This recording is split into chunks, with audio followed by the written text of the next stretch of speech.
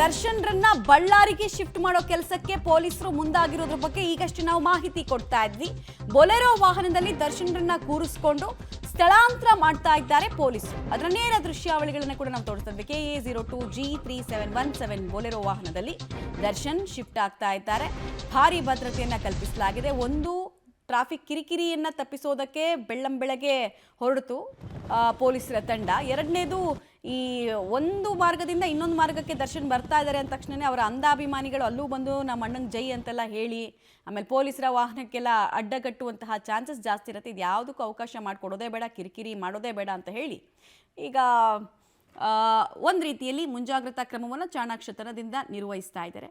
KSRP ತುಕಡಿ ಹೇಗೆ ಸಾಗ್ತಾ ಇದೆ ಗಮನಿಸ್ತಾ ಇದ್ದೀರಾ. ಇನ್ನೇನು ಸ್ವಲ್ಪ ಹೊತ್ತಲ್ಲಿ ಚಳ್ಳಕೆರೆ ಮಾರ್ಗವಾಗಿ ಈ ದರ್ಶನ್ ಇರುವಂತಹ ಬೊಲೆರೋ ವಾಹನ ಹಾಗೂ ಪೊಲೀಸ್ ಸಿಬ್ಬಂದಿಗಳ ತಂಡ ಬಳ್ಳಾರಿಯನ್ನು ತಲುಪಬಹುದು. ಇನ್ನೊಂದು 3-3.5 ಗಂಟೆ ಬೇಕು, ಜರ್ನಿ ಇದೆ ಅಂತ ಹೇಳಲಾಗ್ತಾ ಇದೆ. ಇದಕ್ಕಿಂತ ಕಡಿಮೆನೂ ಕೂಡ ಆಗಬಹುದು. ನೋಡೋಣ. NH ಅಲ್ಲಿ ಸ್ಪೀಡ್ನ ಪ್ರಮಾಣ ಭಾಳ ಮೀಡಿಯಂ ಲಿಮಿಟ್ನಲ್ಲೇ ಆಗ್ತಾ ಇದೆ.